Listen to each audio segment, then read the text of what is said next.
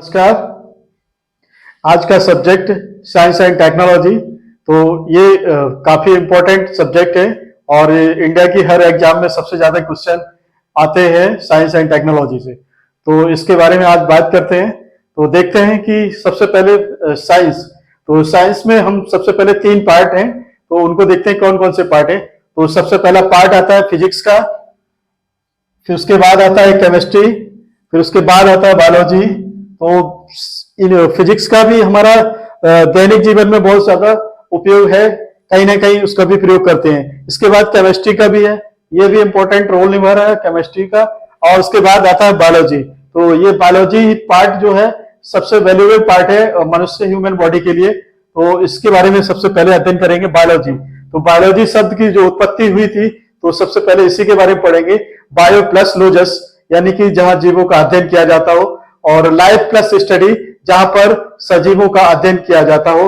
तो इन दोनों को मिलाकर हम देखते हैं कि विज्ञान की वह शाखा जिसके अंतर्गत जीवधारियों का अध्ययन किया जाता हो, वह विज्ञान जीव विज्ञान कहलाती है। जीव विज्ञान कहलाती है।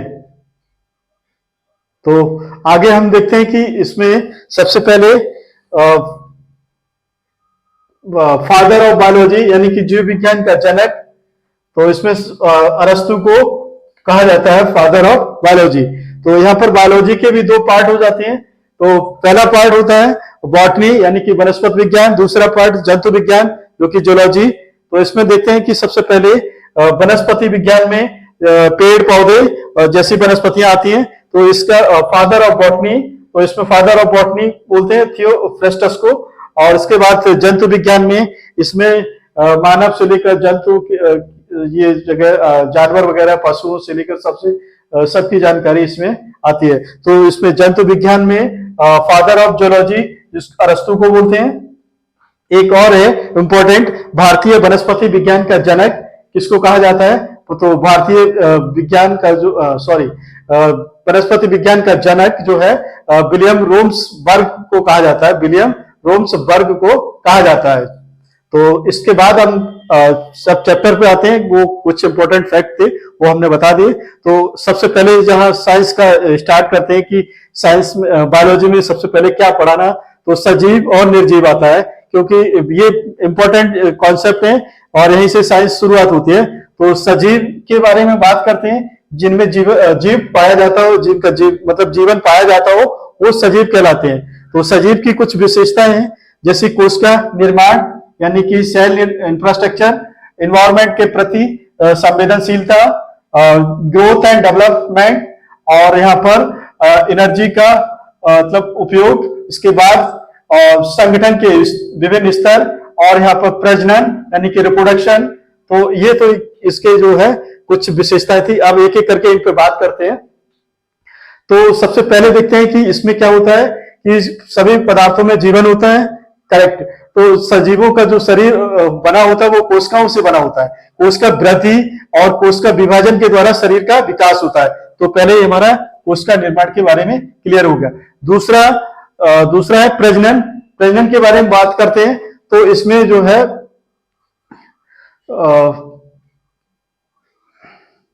जो सजीवों में मेटाबॉलिज्म क्रिया होती है, और जैसे एनाबॉलिक और कैटाबॉलिक क्रिया पाई जाती है। तो ये सजीव प्रजनन की क्रिया द्वारा नए जीवों का निर्माण करते हैं, यानी कि प्रजनन के द्वारा।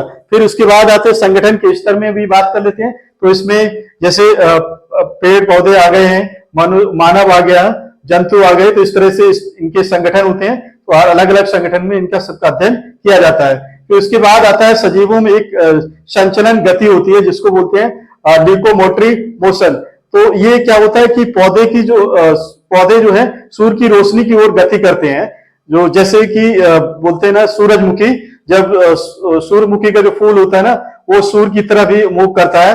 तो इसी तरह से एक और होता है कि केंचुआ जो है मिट्टी की सतह के माध्यम से अनुदैर्ध्य और मांसपेशियों के द्वारा गति करता है।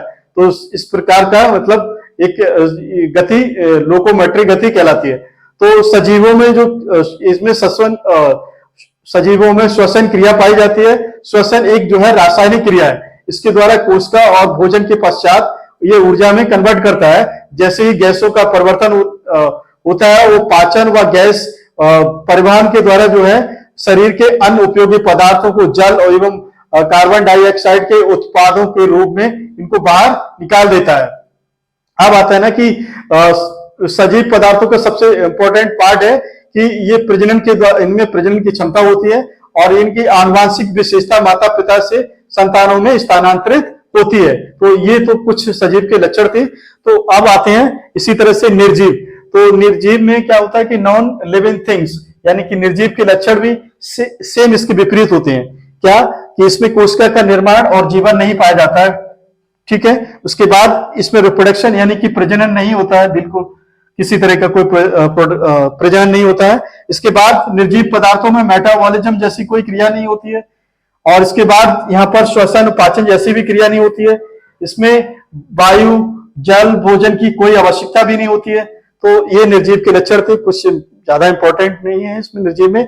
तो एक हम लोग अब नेक्स्ट जो हम टॉपिक लेके आ रहे हैं, तो उसके लिए हम एक क्वेश्चन आपको छोड़ के जा रहे हैं। सब लोग कमेंट बॉक्स में बताएंगे कि वो टॉपिक कौन सा होगा।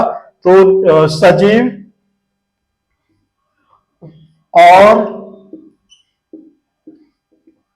निर्जीव के बीच की कड़ी कौन है, ये अगला टॉपिक होगा, ठीक है।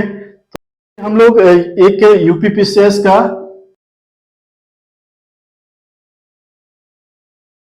2024 आरओ एआरओ तथा अन्य प्रतियोगी परीक्षाओं के लिए हमने कुछ बैच स्टार्ट किए हैं। तो इनमें जो भी प्रतियोगी छात्र अगर जुड़ना चाहता है तो वो व्हाट्सएप नंबर पर 9599801251 पर जानकारी ले सकता है, और यूपीपीसीएस 2023 का मेंस का बैच स्टार्ट हो चुका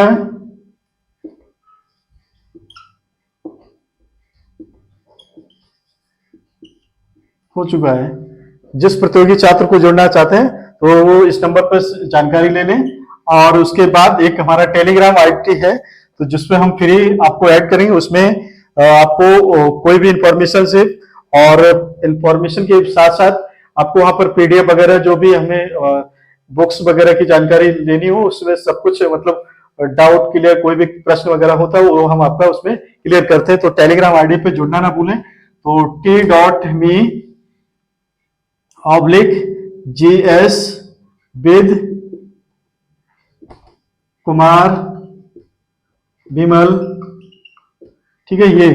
और साथ ही हमारे चैनल को लाइक एंड सब्सक्राइब जरूर करें, क्योंकि नेक्स्ट वीडियो का नोटिफिकेशन आपको जल्दी